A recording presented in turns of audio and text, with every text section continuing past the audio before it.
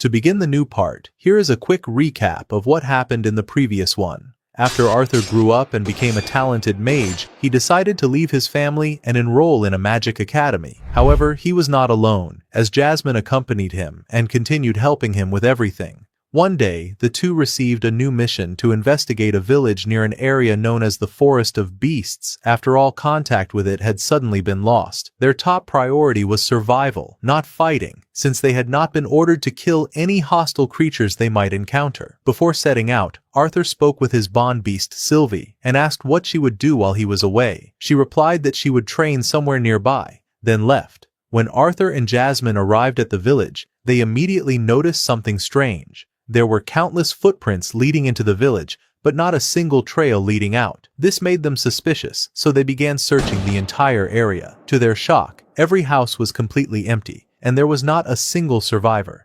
Instead, huge ice crystals were scattered throughout the village, with one frozen villager trapped inside each of them. Suddenly, a little girl appeared before them. They quickly rushed over and asked what had happened. She explained that she knew nothing, because she had been gathering herbs in the forest. When she returned, she found the village in this state, with everyone frozen inside those crystals. Before they could continue talking, something terrifying happened. A massive monster suddenly appeared out of nowhere, grabbed the girl in an instant, and froze her as well. Arthur immediately tried to chase after it, but Jasmine quickly stopped him and convinced him that they had to retreat at once. After that, it is revealed that a powerful alliance exists between the three races of this world: humans, elves, and dwarves. Meanwhile, a mysterious organization opposes this alliance and secretly supports monsters. It seems they are currently watching the situation while planning to prevent the three kingdoms from uniting by any means necessary.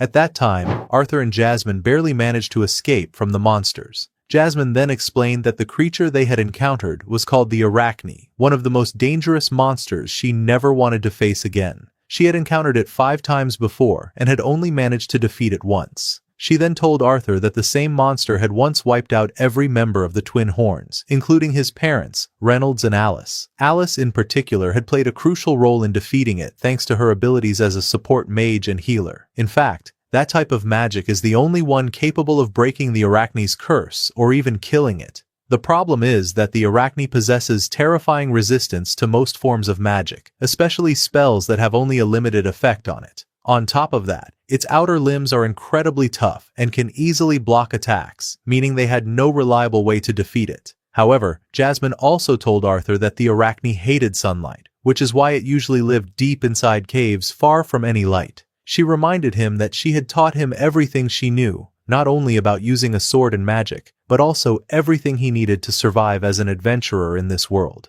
Because of that, they decided to return to the Adventurers Guild first, prepare properly, and then come back later to rescue the villagers. But without any warning, the Arachne suddenly appeared right behind them. The monster used one of its abilities and took control of Jasmine. Arthur desperately tried to save her, but she refused and shouted at him to run away and save himself. Arthur's anger exploded. At that moment, he remembered all of his past battles, along with his family and Jasmine. He charged at the monster with all his strength, trying to destroy one of its arms, but his attack failed. The monster easily blocked every strike before firing deadly ice shards at him. Arthur shattered every shard with incredible speed and power, because he was far from an ordinary child.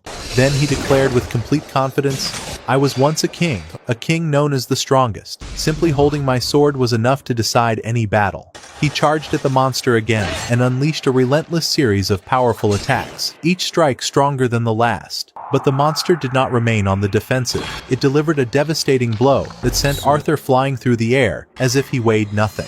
At that moment, Arthur realized the harsh truth that his sword alone would never be enough to kill such a terrifying creature. So he quickly changed his approach by combining swordsmanship with fire magic at the same time. The moment he did, the monster finally showed signs of pain, as if the attack had pierced its defenses. Arthur then remembered Jasmine telling him that the monster could not resist magic. However, he found it strange because using magic directly against it had not worked before. The monster attacked again, but Arthur blocked the attack instantly. He then used earth magic to strike the monster's head and pin it to the ground. After that, he leaped onto its head and used lightning magic, this time releasing it from inside the monster's body. The arachne let out a horrifying scream in agony and began running around wildly, as if it had completely lost control of its body. Arthur did not waste the opportunity. He continued attacking with everything he had because he knew this battle had to end if he wanted to save Jasmine and the villagers. The monster suddenly stopped and prepared to attack again. Arthur looked at it with confidence and said, "It seems you don't know when to give up, but I'm grateful for one thing. You reminded me of the way I used to fight." He then rushed forward in a furious assault, delivering a series of fast and deadly strikes. One after another, he cut off the monster's limbs before finally beheading it, ending the battle and killing the monster at last. After the fight ended, Arthur collapsed to the ground from exhaustion.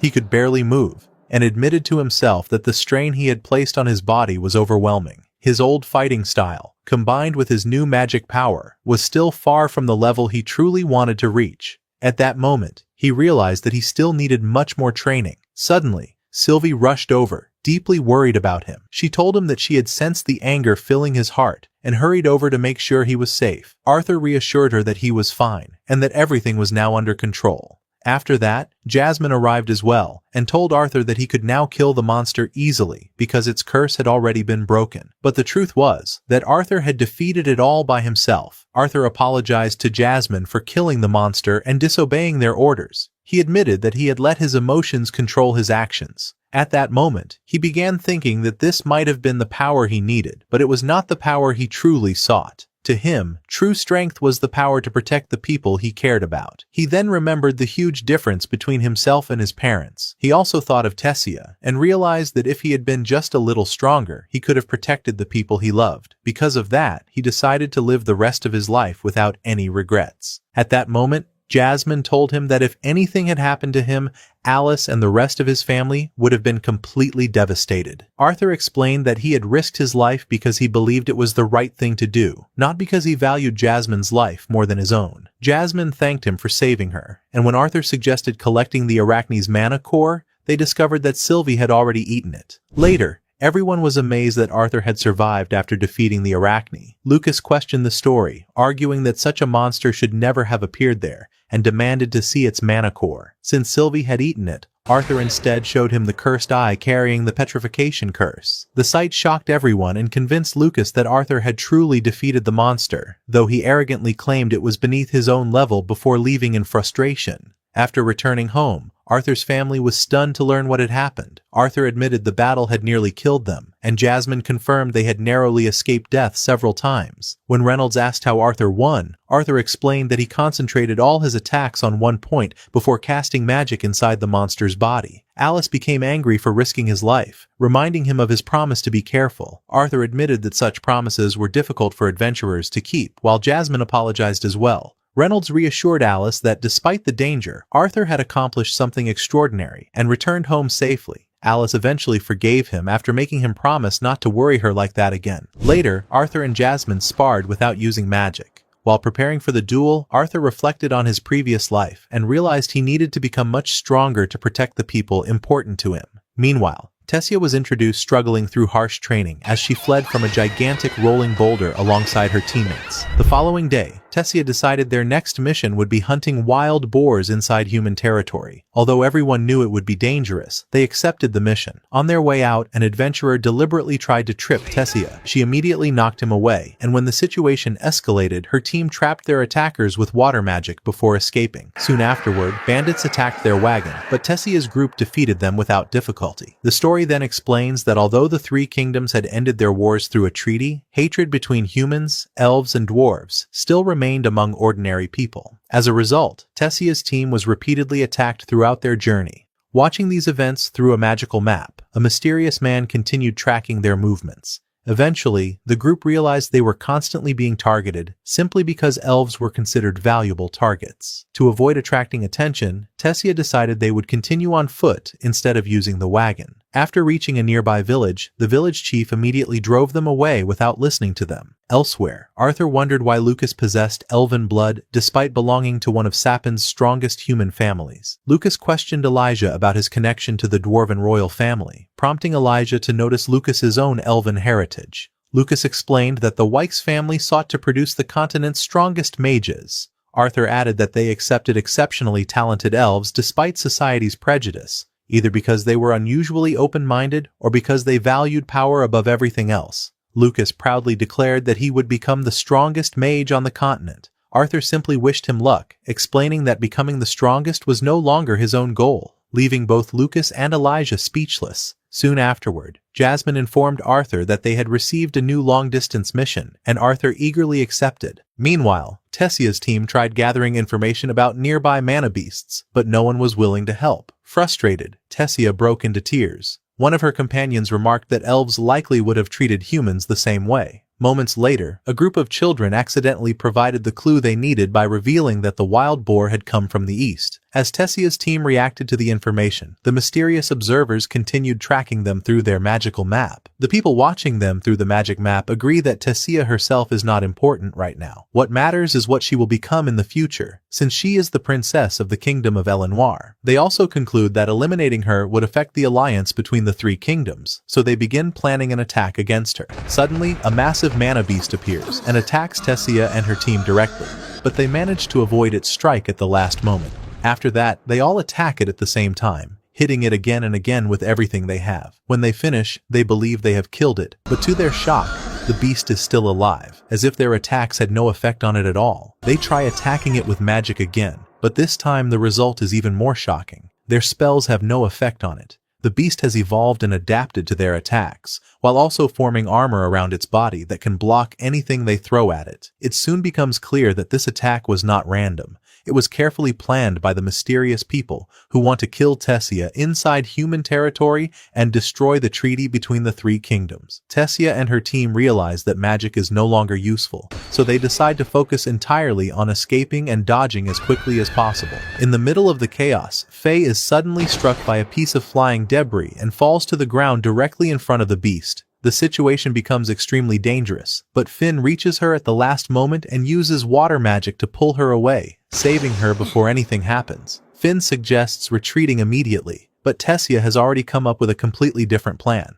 The plan begins with Finn acting as bait. He approaches the beast and provokes it with water magic, forcing it to chase him. The moment the beast reaches the right spot, Faye uses earth magic to open a huge hole beneath it, causing it to fall inside and become trapped. Then it is Tessia's turn. She uses her mental powers to lift several massive rocks before dropping them on top of the beast to pin it in place. Tessia thinks the battle is finally over, but the beast suddenly bursts out of the hole as if nothing happened, then charges toward Finn and Faye and attacks them. Tessia notices it at the last moment and uses wind magic to push them away before the strike can reach them. She pauses for a moment to catch her breath and wonders why she acted that way. She then realizes that saving her companions was the right decision, and it was exactly what Arthur would have done. The moment she thinks about Arthur, memories suddenly flood her mind. She remembers all the moments they spent together, causing her to lose focus for a few seconds. However, Finn quickly brings her back to reality and uses his magic to pull her away before she gets hurt. Finn and Faye suggest retreating, but Tessia remains determined to continue fighting until the end. She then realizes that she has used all of her mana and no longer has any way to attack. Suddenly, she remembers a technique Arthur once taught her. She calms herself and begins absorbing mana from everything around her. The moment the beast charges at her with all its strength, she meets it with a single strike. However, the blow is so powerful that it instantly smashes the beast into the ground.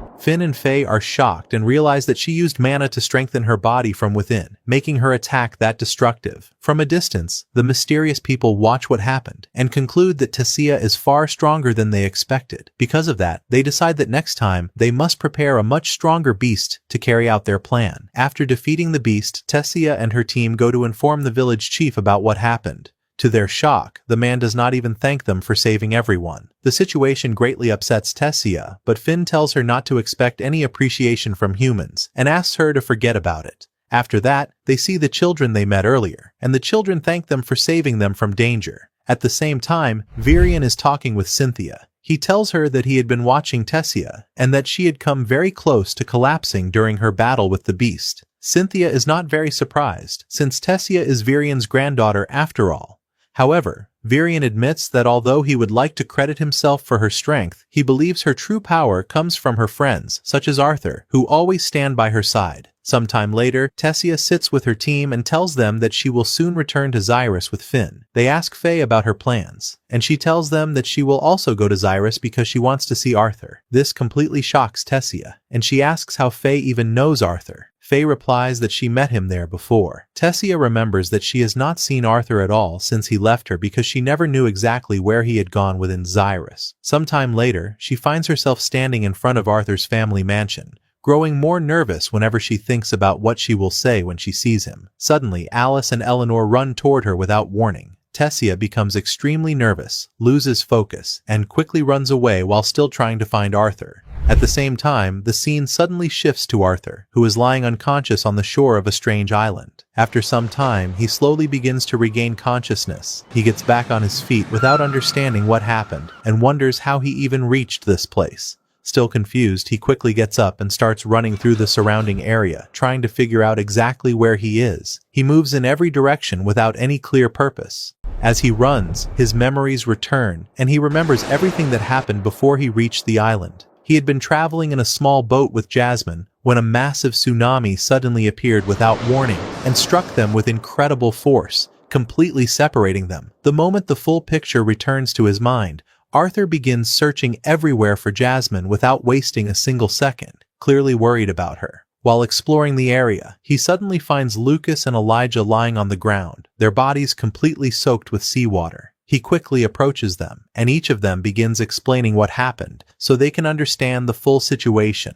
Arthur tells them that he had been carrying out a mission for the Helia family to capture a mana beast, but he was suddenly caught in an extremely violent storm along the way. Elijah explains that he had also been carrying out a mission from the Adventurers Guild because many ships had disappeared near the farmland. While traveling to investigate, he was pulled into the storm as well. Lucas, however, refuses to explain how he arrived there. Arthur and Elijah understand without needing him to say anything that his pride will not allow him to admit that he was caught in the same disaster as them. After that, the three sit down to think of a way to escape the island. They agree that the solution is obvious. They must either find a boat or build a new one so they can leave safely. Despite everything, Arthur remains completely focused on Jasmine and where she might be. Even so, he feels that as long as she survived the storm just as he did, she must still be alive somewhere nearby. Arthur then uses mental communication to speak with Sylvie and explains everything that happened to him in detail. He asks her to help search the sea and the surrounding areas for any sign of Jasmine so they can find her quickly.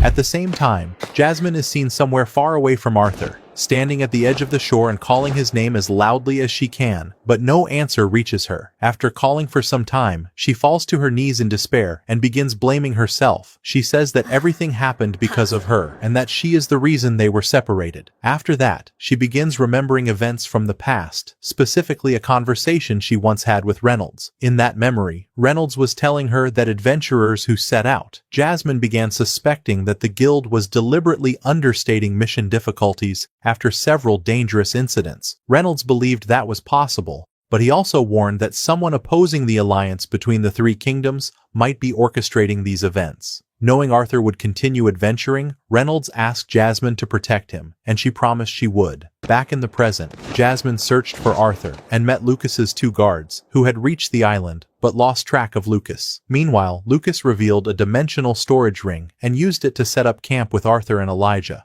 With little food left, Arthur searched the forest, returned with fish and mushrooms, and asked Lucas to cook them using fire magic. After several failed attempts, Lucas finally prepared a decent meal. Despite everything, Arthur found himself enjoying the quiet moment around the campfire with Lucas and Elijah. The next morning, Arthur reported that the island appeared deserted and that both boats had been destroyed. He suggested either waiting for rescue or swimming back to the mainland. Lucas rejected both ideas, revealing that his mission involved hunting a mana beast capable of controlling the weather. Crossing the sea while it lived would be suicide, so he insisted they kill it first. Arthur convinced him to fight together instead of going alone. Elsewhere, Sylvie found Jasmine and led her toward Arthur. The three hid outside the beast's cave before Lucas attacked first with a fireball. Instead of killing the creature, the attack collapsed part of the cave. Elijah protected everyone from the falling rocks with earth magic as the beast emerged. Arthur blocked its energy attack and charged into battle while Elijah supported him. Although Arthur repeatedly wounded the beast, it regenerated instantly. Realizing they needed another strategy, Arthur had Elijah pin the creature's wounds with earth spikes, preventing them from healing while Arthur continued attacking. Eventually, the beast collapsed. Arthur and Elijah celebrated briefly, while Lucas tried to claim the victory. However, the beast suddenly rose again. Arthur rushed forward despite his exhaustion. At that very moment, Jasmine arrived, killed the beast with a single strike, and hurried to Arthur's side, leaving both Elijah and Lucas stunned by her overwhelming strength. Later that evening, Jasmine apologized for putting Arthur in danger, but he assured her he was simply grateful she had arrived in time. Meanwhile, Lucas and Elijah unsuccessfully chased Sylvie after she stole and swallowed the beast's mana core. Elsewhere, Tessia admitted she still had not managed to meet Arthur. Her teammates teased her, believing she was simply too nervous to face him. Determined to see him, Tessia gathered her courage and went to Arthur's house, only to run into Reynolds at the door. Embarrassed, she immediately fled without saying a word. At the same time, a group of mysterious figures searched a magical map for a powerful mana beast. After completing the mission, Arthur remained amazed by Jasmine's incredible speed. She explained that she had concentrated all of her wind mana into her legs, using a technique Arthur had taught her. Soon afterward, the A-class adventurer Baron approached Jasmine and invited her to join him on a treasure hunting mission. Arthur realized Baron was extremely powerful, but felt strangely uneasy seeing him beside Jasmine. Later, Arthur sparred with Adam. Although Adam initially gained the upper hand, Arthur eventually predicted and blocked one of his strongest attacks, earning Adam's praise. After training, the girls worried that Adam had pushed Arthur too hard, though they knew he had done so because he took combat seriously. Meanwhile, Jasmine asked Reynolds about Baron. Reynolds described him as one of the guild's strongest and most trusted frontline fighters, famous for his nearly unbreakable defense and impressive reputation. When Jasmine explained that Baron had unexpectedly invited her on a mission despite already having a team, Reynolds suggested several possible reasons and advised her not to make assumptions before learning the truth. Before leaving, he once again asked Jasmine to keep protecting Arthur. Reynolds then wanted to spar with Arthur himself, but Alice and the others insisted Arthur rest instead. While Jasmine left to investigate Baron's request, Arthur stayed home with his family. Meanwhile, Lucas rejected yet another list of ordinary guild missions presented by his two guards. The guards offer Lucas several missions, such as tracking a missing mana beast or helping a mage with transportation work, but he rejects them all. He asks whether there is any mission worth his attention. One of the guards apologizes and explains that the guild has tightened its procedures and become slower at approving missions after the recent incidents and the deaths of several adventurers. Lucas responds arrogantly, claiming that he can defeat any beast no matter how dangerous it is, and that he has been waiting for a major mission before entering the academy. At that moment, Shion appears and asks whether he knows the A-class adventurer Baron. He then tells him that a team is preparing to explore a high-level dungeon that has not yet been registered in the guild records, and suggests that Lucas would be a powerful addition to the team. The guards object because the mission is unauthorized, but Lucas harshly silences them. He then thanks Shion, admitting that he initially thought his father had only sent him to watch over him. After Lucas leaves, it becomes clear that Shion is a mysterious figure who has managed to use Lucas's ambition and guide him exactly as he wants. In the end, Arthur and Jasmine pass through a teleportation gate on their way to their final mission. Elsewhere, a mysterious person is trying to control a powerful spell and says that his work in that area is almost complete. The next morning, Arthur and Jasmine arrive at the meeting point, where the rest of the team is waiting to join Baron's mission. Elijah and Lucas have already arrived, along with 4 other adventurers they have just met. Shortly afterward, Baron arrives and apologizes for being late before introducing himself as the team leader. He notices that Arthur and Jasmine are carrying bags, so he asks whether they have storage rings. When they say no, Elijah offers to carry their belongings inside his ring. Baron then orders the team to move, and everyone begins heading deeper into the dungeon. As they advance, Arthur starts feeling uneasy. He suddenly realizes that he is inside a deep cave with people he barely knows, simply because he trusted Baron's invitation. He remembers Baron explaining that the mission's goal was to find a massive magic stone at the deepest level of the dungeon. The stone was extremely valuable, could increase mana power, and could also be used as a powerful energy source. Baron had also explained that this was why he gathered strong adventurers to help him. Brown added that Elijah and Lucas were the ones who recommended Arthur and Jasmine for the mission. Because of that, Arthur agreed to join, especially since he wanted to make sure everyone remained safe. After that, the other adventurers share their reasons for accepting the mission. Sometime later, the team reaches the entrance to the final floor. At first, the place seems normal, but they are suddenly surrounded by a massive swarm of bats attacking from every direction. Although they are confused at first, everyone quickly enters battle. Lucas tries to show off his power and unleashes a massive fire attack that destroys all the bats in a single strike. Everyone is impressed, but Baron immediately scolds him and reminds him to conserve his mana because the attack consumed a large amount of it.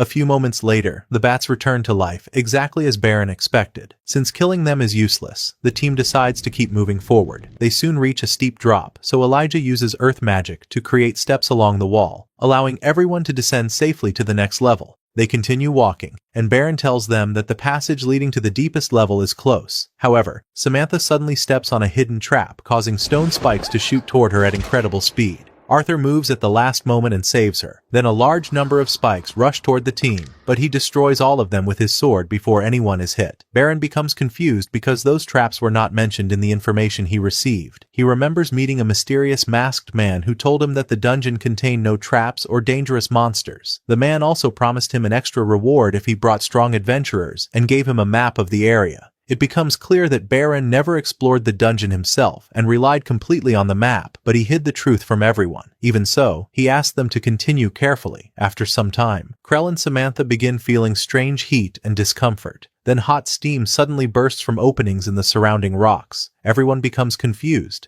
and when they ask Baron what is happening, he admits that he does not know. This angers Reginald, who grabs Baron and demands the truth. Before Baron can answer, a giant worm bursts from beneath the ground and attacks them. Krell quickly blocks it, and Reginald returns to questioning Baron. In the end, Baron admits that the mysterious man only gave him a map and some general information. He knew nothing about the traps, the steam, or the giant worm. Everyone realizes that they are facing mana beasts that were never supposed to be inside the dungeon. Arthur understands that the monsters did not suddenly appear. They had been there from the beginning, meaning Baron had been deceived. Only one question remains in his mind. Who planned all of this? And why? Meanwhile, Oliver approaches Samantha and suggests escaping with him and taking the treasure for themselves, using Baron's lies as an excuse. The group calls out to them and asks them to return because another explosion could happen at any moment. But Oliver refuses, claiming that he will not die because of someone else's mistakes. Arthur manages to bring Samantha back to the team, while Lucas creates a barrier in preparation for the next explosion.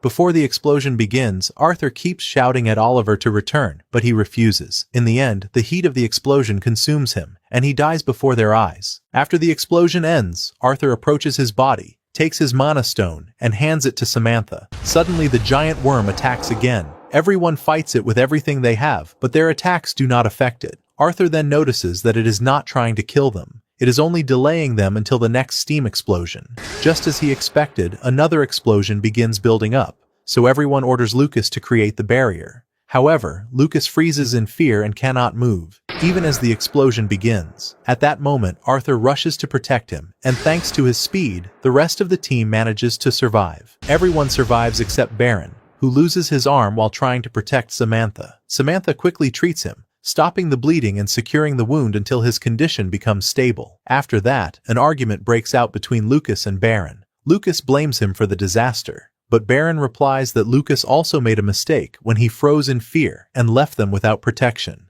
If that had not happened, Baron would not have lost his arm. Arthur steps in and ends the argument, saying that blaming each other will not help. He then asks Baron whether he wants to continue the mission or retreat. Baron lowers his head and apologizes for lying about exploring the dungeon. However, he asks them to continue so that the sacrifices will not be wasted. Jasmine rejects the idea and demands that they return immediately. However, the rest of the team believes that going back may be just as dangerous as moving forward, so they decide to continue the mission. After everyone agrees, Baron suggests making Arthur the team leader because he has remained the calmest and made the best decisions since the mission began. Everyone agrees, and Arthur takes command. The team continues forward until they reach a massive frozen door. When they open it, they find themselves inside a wide, icy hall filled with green plants and strange crystals. Despite the beauty of the place, Arthur feels deeply uneasy, certain that something unnatural is waiting for them there. Lucas rejects every ordinary mission the guild offers, insisting that he is waiting for something worthy of his strength before entering Xyrus Academy. At that moment, Shion tells him about an unregistered high-level dungeon where Baron is assembling a team. Despite the guard's objections because the mission is unauthorized, Lucas immediately accepts. After he leaves, it becomes clear that Cheyenne is secretly manipulating him. Meanwhile, a thick fog covered everything around them. Elijah noticed Arthur's tense expression and asked what was wrong. Arthur replied that the flowers looked familiar, as if they had already passed through this place. Krell looked behind him and said they had probably come from that direction. However, Jasmine noticed something even stranger. Another entrance had appeared in front of her. Baron was confused because the area was only supposed to have one entrance. Suddenly, Lucas claimed he could see another path ahead, while Samantha could not see anything at all. Arthur immediately realized the truth. The fog was showing each person a different illusion and manipulating their perception. He warned everyone not to trust what they were seeing. Jasmine then admitted that her senses were beginning to weaken, so Arthur ordered everyone to leave immediately. Lucas refused, insisting they should take the magic stone first and escape afterward. At that very moment, monsters began emerging from beneath the ground. Arthur realized that the fog had been deceiving them the entire time, luring them deeper into the area. Meanwhile, Baron, who was still affected by the fog, underestimated the danger and declared that an oversized plant could never defeat an A-class adventurer. Without another thought, he charged straight at it. Lucas warned that Baron was fighting alone, while Arthur noticed that the fog was slowly destroying his sense of reality. Lucas attacked the plant with fire magic, but the attack had no effect. Arthur and Jasmine immediately joined the fight, and Arthur told everyone they would force their way through because he refused to lose anyone else. Arthur supported Lucas's attack and asked him to use fire again before analyzing the situation. Fire should have been effective, but the high humidity prevented the plant from burning.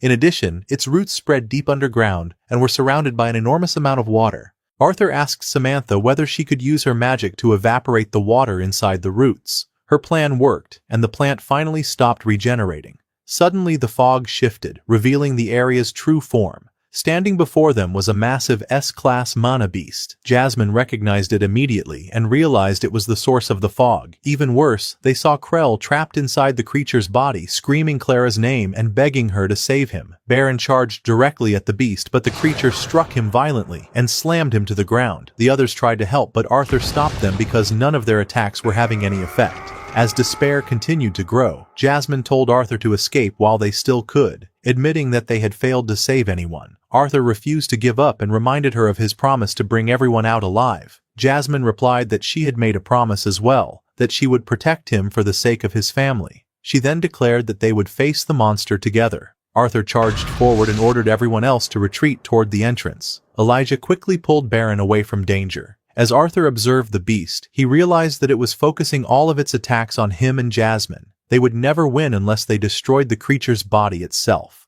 He also realized that Samantha's magic alone was not enough to control the enormous amount of water inside the beast. They needed heat far greater than ordinary fire. Arthur attacked again, cutting through the giant branches extending from the monster's body until he finally knocked it to the ground. He immediately ordered everyone to run before it could stand back up. However, the beast rose once more. Everyone froze in shock before trying to attack it again. Arthur ordered Lucas to burn the roots, but he failed once again. That failure caused Lucas to break down. He began talking about his duty to succeed and become the strongest mage as a member of the Wykes family. He then declared that if Arthur truly wanted to protect everyone, he should sacrifice himself so Lucas could survive. Arthur could not believe what he was hearing and asked whether Lucas actually expected him to do that. Lucas coldly replied that his own life was more valuable than everyone else's. Elijah was stunned because he had believed they had become friends. Lucas looked down on them and called them nothing more than servants, saying that if they died for him, history would remember them.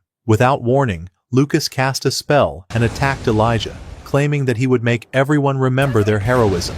Bayron reacted immediately and shielded Elijah, but the monster struck Bayron with a fatal blow, dropping him instantly. At that moment, Arthur realized he had no other choice. He decided to use a power that no one had ever seen before, a technique created by Virion, the former king of Elenoir, which had taken Arthur many years to master. He did not know whether he would survive using it, but he remembered his promise to protect everyone and chose to risk everything. An enormous amount of energy gathered around his body. His hair first turned golden, countless crystals fell around him, and his appearance continued changing until his hair became completely white. Arthur then charged at the beast and killed it with a single strike before collapsing beside it. The shocking truth was that the beast had been maintaining the stability of the dungeon. As soon as it died, the entire dungeon began collapsing. Sometime later, Lucas emerged from the dungeon completely exhausted. His guards hurried over and asked what had happened. Convinced that the rest of the team had died, Lucas pretended to be grieving and told them that the entire party had been wiped out inside the dungeon, even though he had abandoned them and escaped alone. At the same time, Alice's protective ring suddenly began reacting strangely. She immediately realized that Arthur was in grave danger somewhere far away.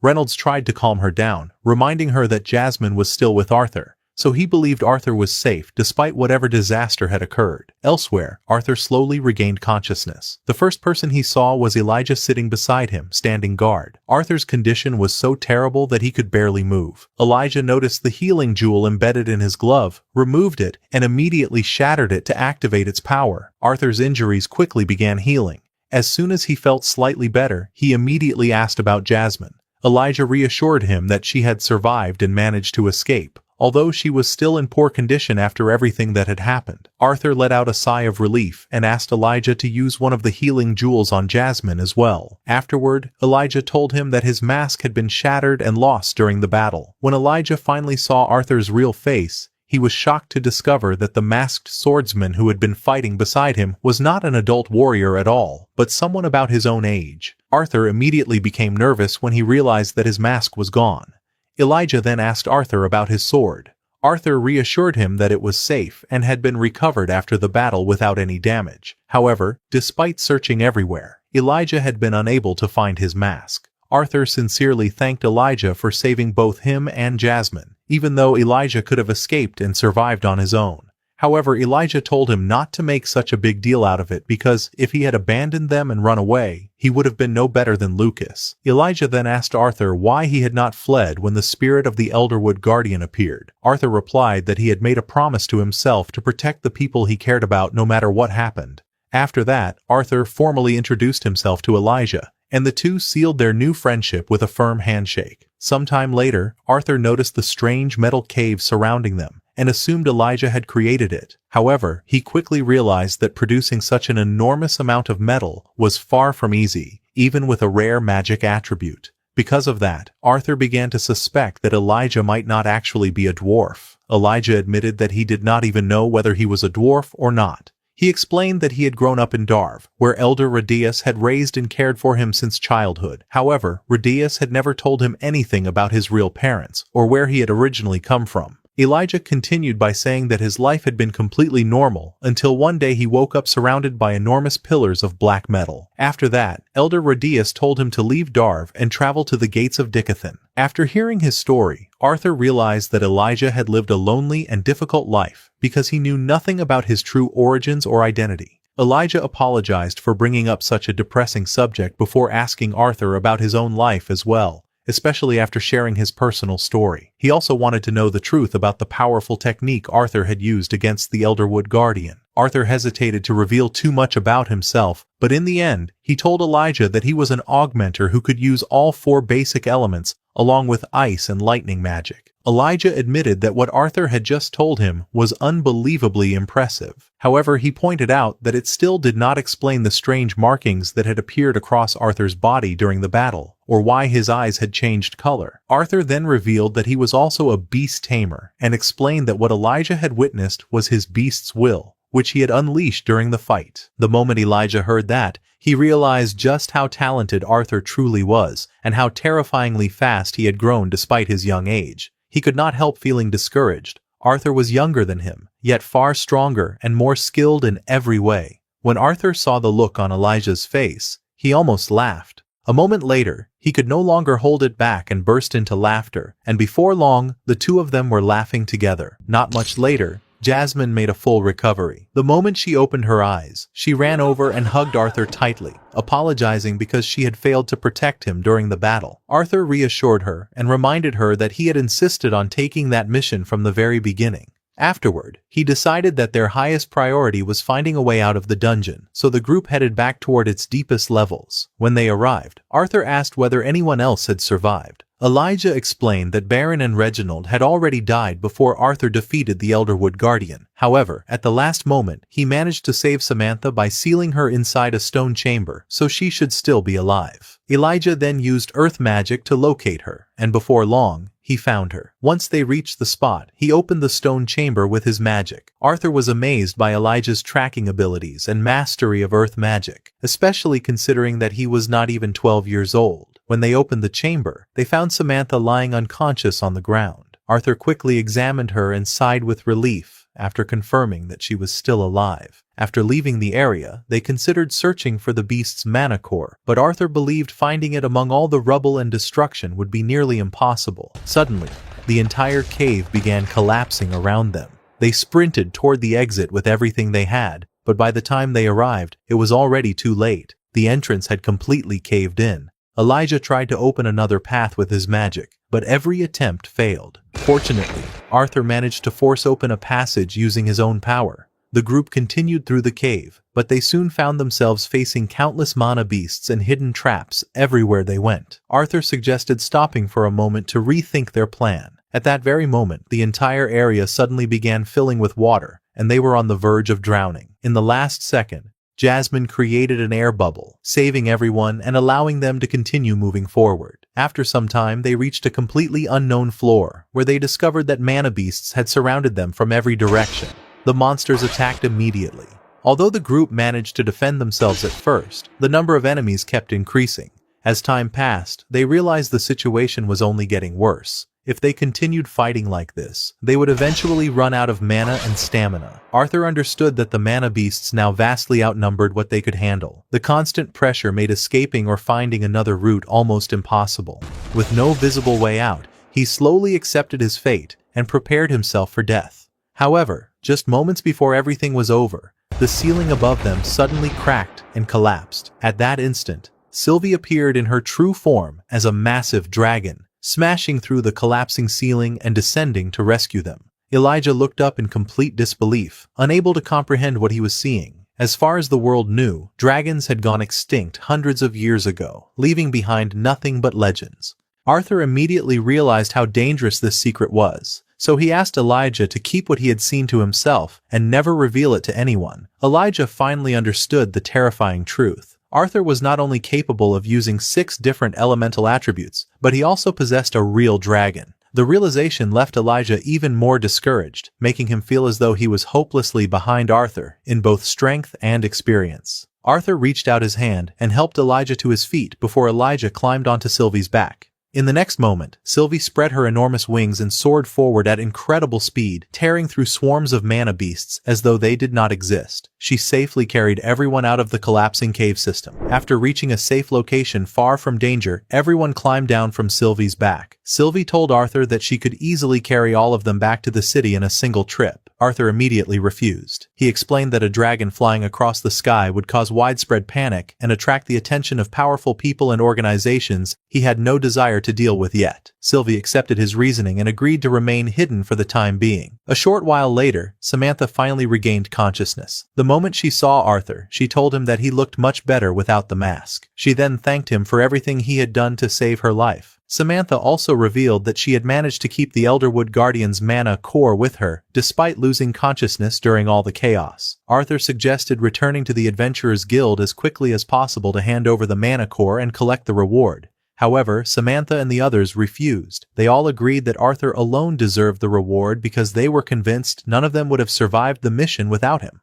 Arthur firmly rejected the idea, explaining that he knew how valuable the reward was and did not want to take something so important from them. But after realizing they were completely serious and expected nothing in return, he finally accepted. Afterward, Jasmine and Elijah left to search for a source of clean drinking water. Meanwhile, Arthur sent a magical message to his family, reassuring them that both he and Jasmine were safe and had survived everything that had happened. When the message reached them, his parents were overwhelmed with relief after learning that he was still alive and in good health.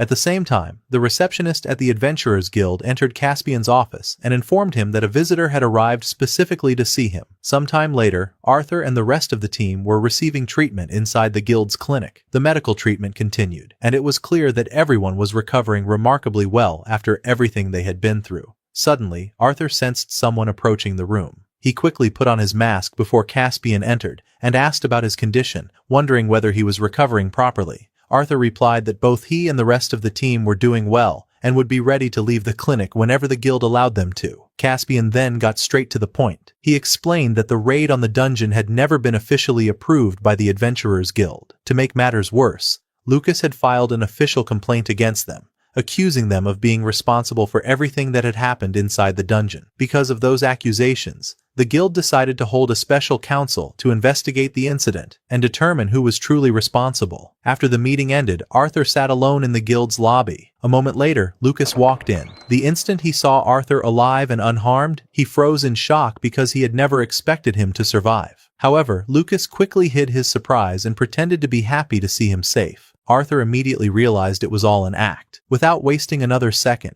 he walked right past him. Later, Arthur entered Caspian's office, where Caspian asked him to describe everything that had happened inside the dungeon, from the beginning of the mission until the disaster that brought it to an end. At the same time, Jasmine was still unconscious. She suddenly woke up in a panic, jumped out of bed, and immediately asked where Arthur was. Before she could leave to search for him, Mary stopped her. Mary assumed Jasmine was worried that Arthur would be blamed for what had happened, so she reassured her that the guild had not yet held them responsible for the incident and that no formal accusations had been made against them.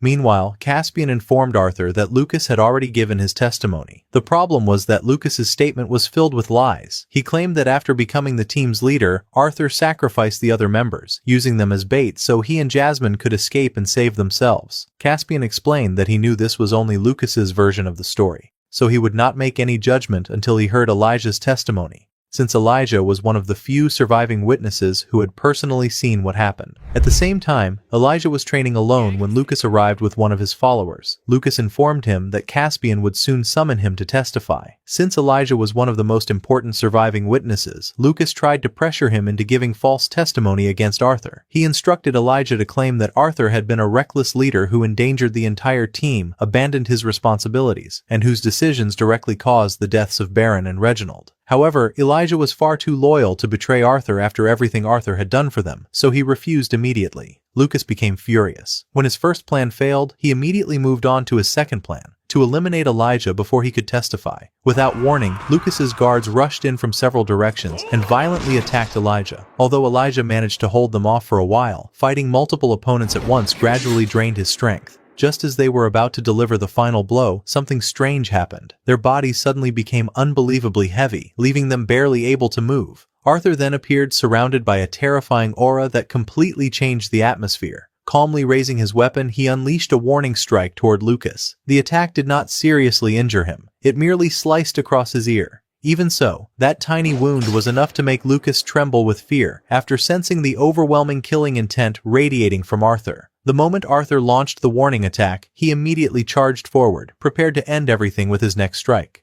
Before the attack could land, Caspian suddenly appeared and shouted at Arthur to stop, urging him to let the official investigation take its course instead of taking justice into his own hands. After things finally calmed down, Caspian ordered Lucas to go to the infirmary and have his wound treated. Once Lucas and his guards had left, Caspian asked Elijah to leave him alone with Arthur for a while. As soon as Elijah walked out, Caspian warned Arthur that openly attacking Lucas had been an unwise decision because it would only increase the suspicion against him and make his position in the investigation much more difficult. When Arthur heard those words, he gave Caspian a frightening look, beginning to suspect that he was taking Lucas's side. The aura surrounding Arthur became so terrifying that even Caspian himself was shaken. Nevertheless, Caspian took a deep breath and calmly explained that he was not defending Lucas. He was only trying to protect Arthur from becoming involved in even greater trouble. In the end, Arthur accepted his explanation. Seeing that Arthur had finally calmed down, Caspian let out a sigh of relief and turned to leave.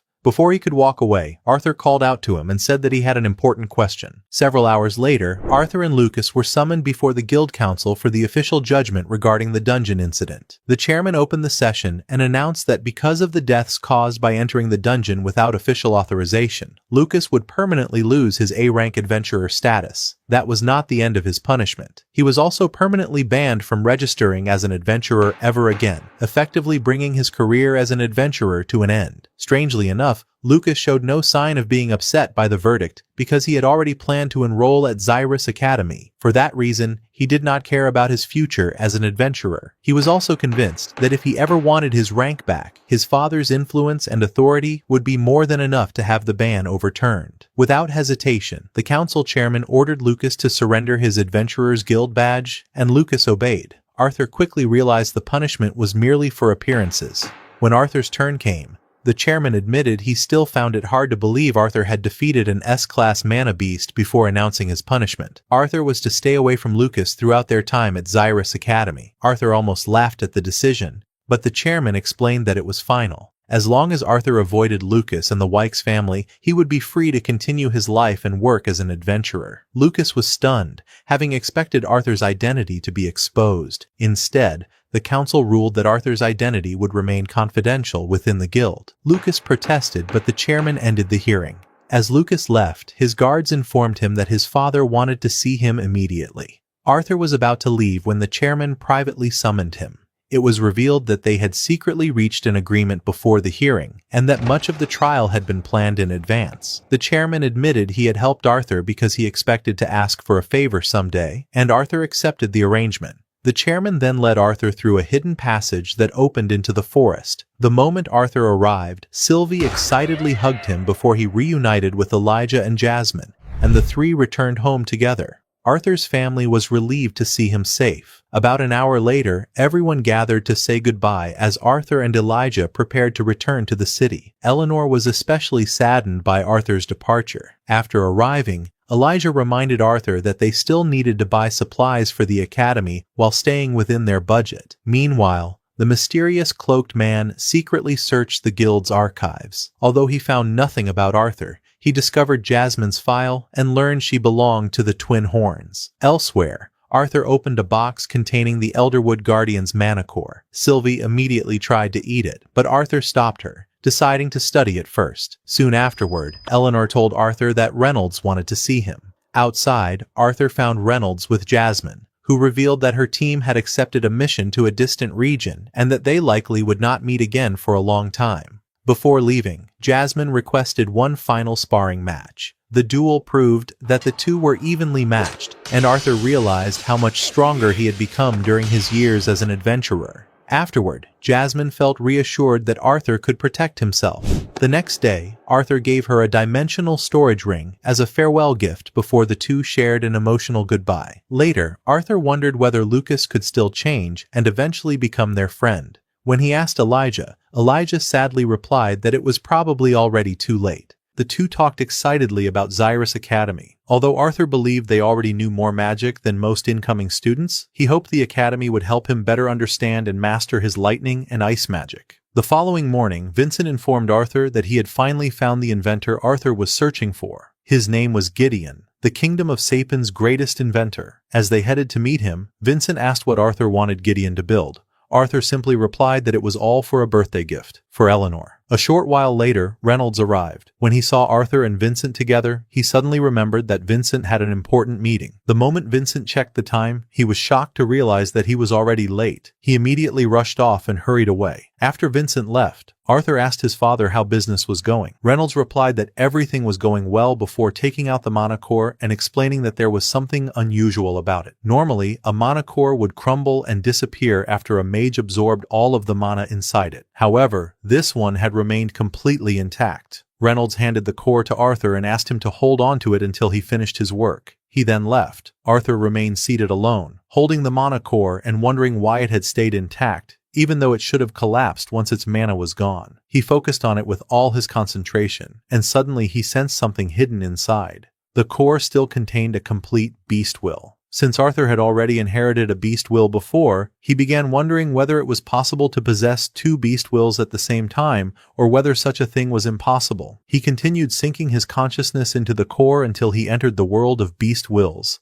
There, his dragon's beast will appeared and moved toward the Elderwood Guardian spirit, attempting to dominate it. However, Arthur regained his senses at the last moment and quickly withdrew before the two could merge. Surprised by how easily he had reached the beast will, Arthur began wondering why his father had been unable to obtain it. He then remembered that a beast will had to be compatible with a mage's elemental affinity, which was most likely why Reynolds had been unable to inherit it. The moment he remembered that, one person immediately came to mind, Tessia, whose elemental affinity matched the Elderwood Guardian's beast will better than anyone else's. The following morning, Eleanor suddenly burst into Arthur's room, while both Arthur and Elijah were still asleep. She hurriedly told them to wake up because an important announcement from the Alliance of the Three Kingdoms was about to begin, and everyone in the house needed to be downstairs before it started. Arthur was still half asleep and barely understood anything she had said. He kept mumbling that he would get up without actually moving. Losing her patience, Eleanor drove her elbow into him, causing Arthur to jolt awake in complete confusion. Afterward, Arthur and Elijah headed into the city together. Arthur told Elijah that he was going to meet the inventor Gideon, while Elijah said he would use the opportunity to explore the city and buy a few things on his own.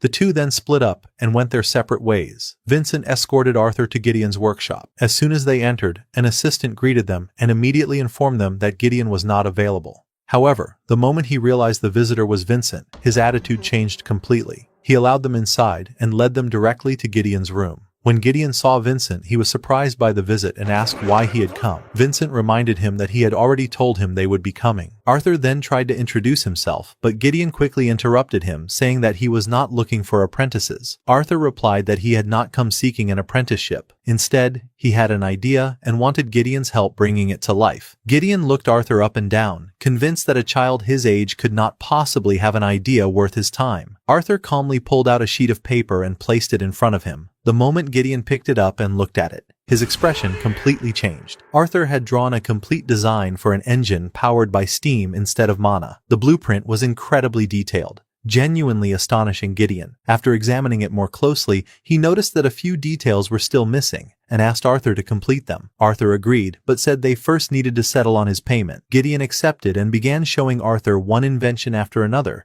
offering him the chance to choose any of them. Arthur rejected every single one because none of them interested him. Vincent watched in amazement as Arthur negotiated with Gideon as an equal, despite knowing how stubborn Gideon was and how difficult it was to win an argument against him. Eventually, only 2 necklaces remained. They had been crafted from the remains of a phoenix, an extremely rare S-class mana beast. The moment Arthur saw them, he guessed that Gideon had somehow transferred the phoenix's ability to survive into the necklaces. Gideon confirmed that Arthur was correct and explained that if the wearer of either necklace were ever placed in mortal danger, it would automatically create a protective barrier around them. If that barrier were destroyed, instantly teleport its wearer to the nearest safe location. However, the ability could only activate twice before the necklace permanently lost its power. Arthur thought about it for a moment before deciding that the 2 necklaces would make perfect gifts for his mother, Alice, and for Eleanor. The instant Gideon realized he was about to lose both necklaces, he immediately tried to renegotiate the deal, offering Arthur only one of them instead, but Arthur threatened to burn the steam engine blueprint if Gideon backed out of their deal, leaving Gideon no choice but to accept. Gideon then revealed that a previously unknown continent had been discovered the year before. When Arthur asked for proof, Gideon explained that a strange flying mana beast, unlike any seen in Decathlon, had appeared years earlier. Its ability to become completely invisible convinced them it came from another continent. He also admitted that he possessed a device capable of recording moving images, though he had refused to reveal it until Arthur pressured him with the blueprint. After learning about the recordings, Arthur proposed using the steam engine to build a ship and explore the new continent themselves. After leaving the workshop with Vincent, Arthur reunited with Elijah and Sylvie before heading home. Along the way, they found several Xyrus Academy students beating a dwarf simply because of his race. Unable to ignore the scene, Elijah stepped in, only to become their next target. Before the students could attack him, Arthur effortlessly defeated the first 2 and confronted their leader. The leader launched his strongest attack, but Princess Catherine suddenly appeared and stopped it with ease. Prince Curtis arrived beside her, and the students immediately lied, claiming Arthur and Elijah had attacked them without reason. Curtis nearly believed them, prompting Arthur to bluntly call him an idiot. Although a royal guard tried to punish Arthur, Vincent quickly calmed the situation. After learning that the students belonged to the influential Trident family, Curtis chose to let them off with only a warning to avoid political trouble. Arthur refused to let the matter end there. He contacted the Academy's headmistress through Vincent's communication device and reported their racist assault. Though she initially hesitated because of the Trident family's influence, Arthur declared that he would refuse to enroll if they were not expelled. Faced with that choice, she immediately expelled Glod and all of his friends from Xyrus Academy. Afterward, Curtis admitted he had handled the situation poorly and thanked Arthur. Before leaving, Catherine shyly invited Arthur to have tea with her someday, astonishing everyone with her unusual behavior. Soon after, the long-awaited public announcement began. King Glader condemned the racism spreading across Dicathan and urged every race to live together in peace. As Arthur listened, he realized they were preparing to reveal the existence of another continent. What concerned him most, however, was the possibility that enemies from that continent had already begun using mana beasts as spies. King Alduin then officially announced the existence of the second continent, explaining that although contact had already been attempted, neither side possessed the technology to communicate properly. Knowing the challenges this discovery would bring, the rulers of the three kingdoms appointed 6 of the continent's strongest warriors to defend all of Dicathan. From that day on, they would be known as the 6 Lances. During the ceremony, Arthur was shocked to discover that Baron, Lucas's older brother, was one of the 6 Lances. Realizing that Lucas was now backed by one of the 6 strongest people on the continent, Arthur understood that making an enemy of him had become far more dangerous. Even so, there was something more important on his mind. That night, Eleanor's birthday celebration brought their entire family and friends together, gathered at the house to celebrate. During the party, Elijah continued his impossible quest to find a girl who liked him, only to be rejected by nearly every girl there. After the celebration, Gideon asked Arthur to step outside for a private conversation. He revealed that one of his inventions had finally been approved by the Advisory Council, a council made up of the rulers of the 3 kingdoms. Arthur assumed Gideon was excited about the fame and wealth his invention would bring, but Gideon dismissed both as meaningless. Instead, he explained that he wanted to use his influence to gain access to knowledge and inventions capable of changing the world. When Arthur hinted that he might possess such knowledge, Gideon became excited, but Arthur refused to reveal any dangerous secrets. Gideon then proposed that they work together from time to time. Arthur would share ideas when possible, while Gideon would use his resources to help Arthur whenever needed. Arthur accepted the offer. Meanwhile, Eleanor had almost finished opening her birthday presents when Arthur noticed one gift still unopened. Inside was a beautiful bow from Tessia, along with a note confirming it was her gift. Elsewhere, Tessia's teammates asked why she had skipped the celebration after leaving her present. She claimed she wanted all the attention to stay on Eleanor, though they knew she was simply too embarrassed to meet Arthur's family. Back at the party, Eleanor reminded Arthur that he still hadn't given her his gift. Arthur smiled and pulled 2 boxes from his dimensional ring, one for Eleanor and one for Alice. Inside were magical necklaces that would protect them if their lives were ever in danger, especially if neither Arthur nor Reynolds was there. Proud of finally giving them something truly valuable, Arthur watched as they happily accepted the gifts.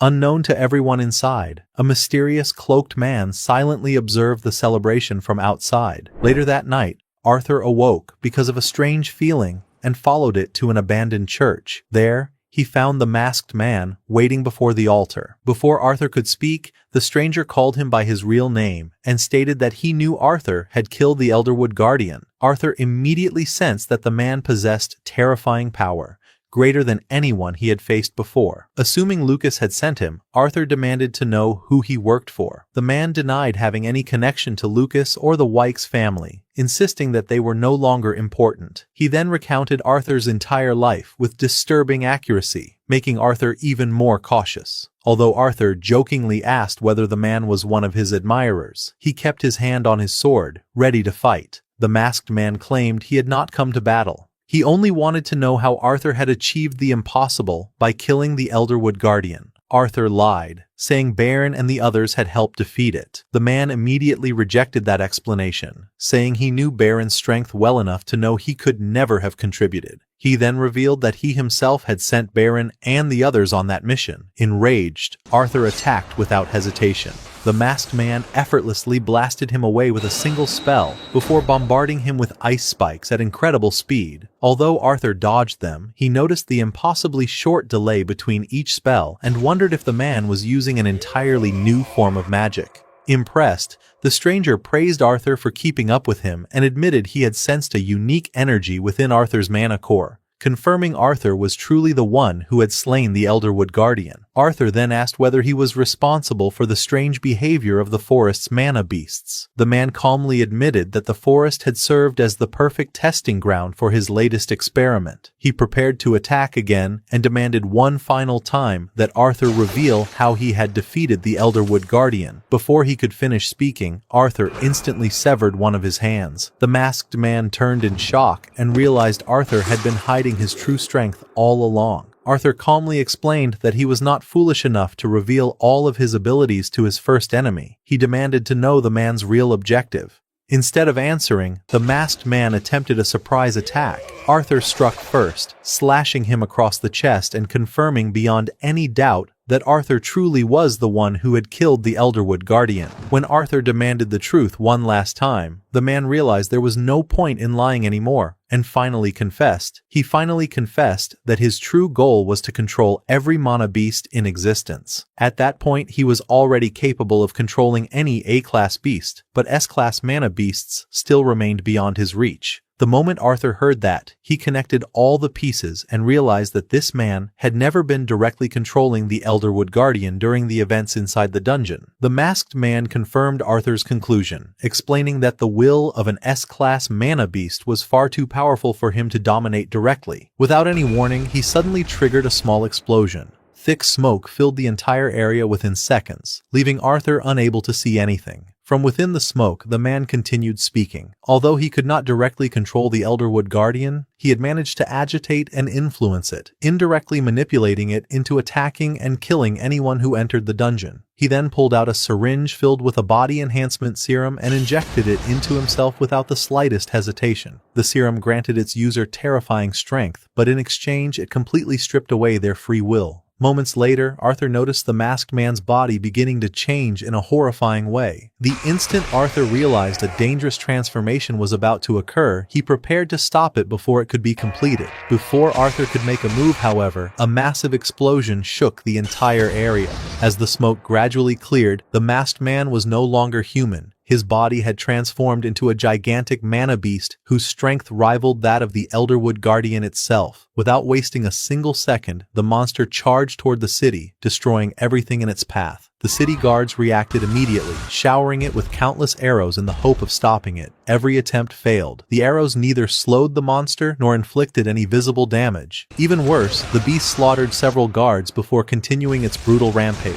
The sounds of explosions and terrified screams soon reached Arthur's family home, causing everyone to rush outside to see what was happening. As they stared in horror at the devastating scene before them, they noticed something even more alarming. Arthur was nowhere to be found. Meanwhile, Arthur stood atop a nearby rooftop before leaping straight toward the monster without hesitation. At first, he relied on his swordsmanship combined with magic, landing several direct attacks. Although every strike connected, none of them dealt any meaningful damage. Realizing ordinary attacks would accomplish nothing, Arthur summoned his twin flaming swords and launched an all-out assault, combining both blades with every ounce of magic he could muster.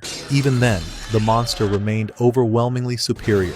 Every attack Arthur unleashed seemed completely ineffective. As the battle continued, Arthur was forced to accept a painful truth. This creature truly possessed power comparable to the Elderwood Guardian, making it impossible to defeat through brute force alone. As time passed, Arthur's body reached its limit from sheer exhaustion. The monster eventually seized him in its gigantic hand and squeezed with terrifying force. The crushing pressure became so unbearable that Arthur cried out in agony. The monster then hurled him violently into the ground. Arthur lay there unable to move as his vision slowly began to fade. At that very moment, he heard Sylvie's voice. Her spirit appeared before him, reminding him of the promise he had made long ago, to use the power he had been given to protect the people he loved. Those words were exactly what Arthur needed. Gathering every last bit of strength he had left, he forced himself back onto his feet. The moment the monster saw him standing once more, it attacked again, launching countless razor-sharp ice spikes and enormous vines from every direction.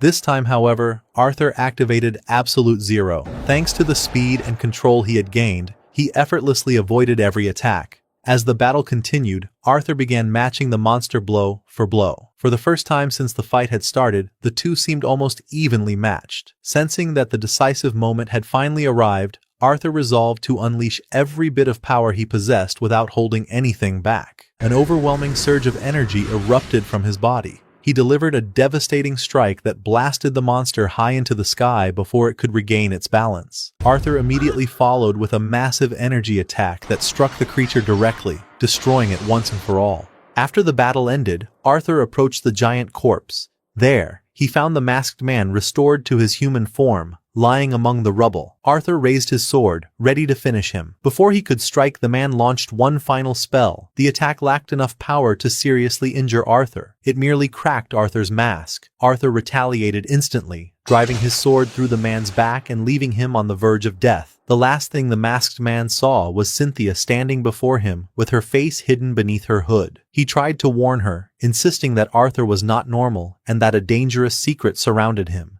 Cynthia had no interest in listening. Without the slightest hesitation, she cast a spell that tore a massive hole through his chest, killing him instantly. The following day, Arthur found himself wondering what he should tell everyone about the incident and how he could explain being the one who defeated the giant monster. After giving it considerable thought, he came up with a simple story. He claimed that after the monster fled, he had assisted Academy Director Cynthia in defeating it. Strangely enough, everyone accepted his explanation without question. The next day, Arthur returned to the abandoned church, hoping to find some clue about the masked man's identity or his true plans. Unfortunately, he found nothing that could help him. Once he was certain there were no leads left to follow, he decided to set the matter aside for the time being and return to his normal life. From then on, Arthur spent more time with his family and friends, gradually realizing that those ordinary moments had become far more precious than he had ever imagined. Several days later, orientation day finally arrived for the new students at Xyrus Academy. Cynthia appeared before the incoming students, welcomed them, and began announcing the names of the newly appointed student council members. Arthur watched the stage with great interest as each student stepped forward. Then he smiled when he realized that Tessia was not among the students who had been selected. And with that, this season comes to an end. But what awaits Arthur inside the academy? What new dangers and challenges will he have to face? We'll find out in the next part.